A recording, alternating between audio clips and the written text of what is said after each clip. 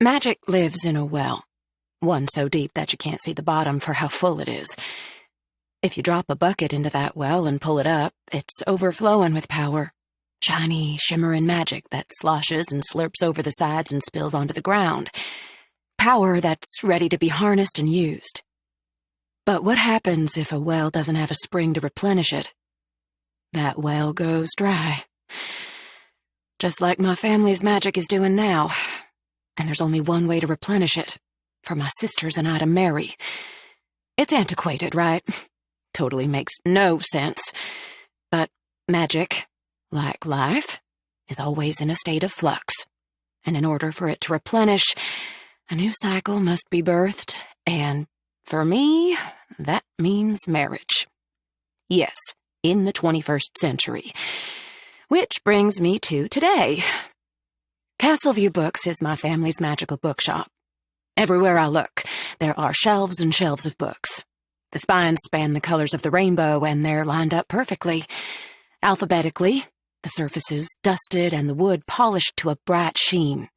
The whole place smells of paper, glue, leather, and magic. Oh, yes. You can't have a magical bookshop without that, now can you? Glancing out of the lead-paned windows, I spy the blue witch lights flare, signaling that a customer's about to enter the store. I drop my cleaning rag on the counter and ready myself.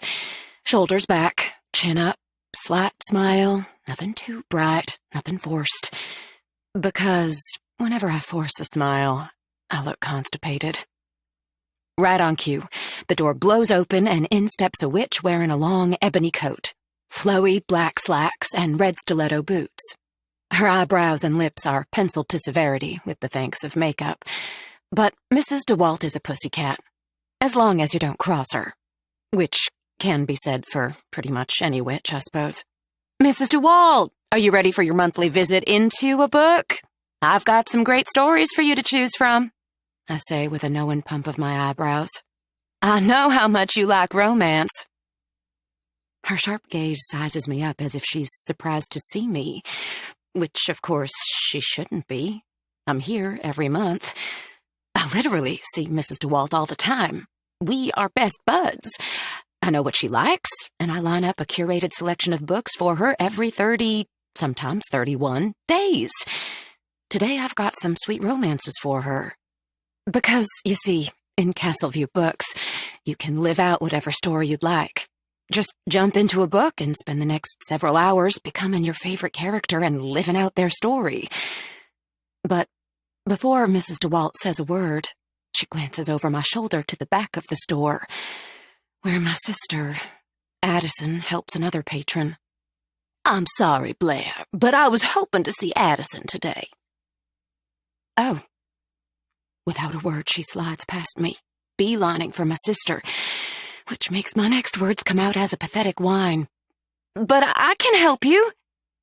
The only indication I receive that she hears me is a flick of her hand, a clear sign of dismissal. Yep. This is how it's been for the last several months. Ever since word got out that my sister can pick a person's perfect book to read, most of my regular customers have been ditching me for Addison. I'm not angry. I'm not jealous. Okay, maybe I'm a little jealous. But the truth is, I love Addison, and I love watching her succeed. But even that doesn't stop my excitement bubble from popping. And it certainly doesn't stop a little bit of my soul from crumbling into the abyss. But that's okay. I'll nab the next customer.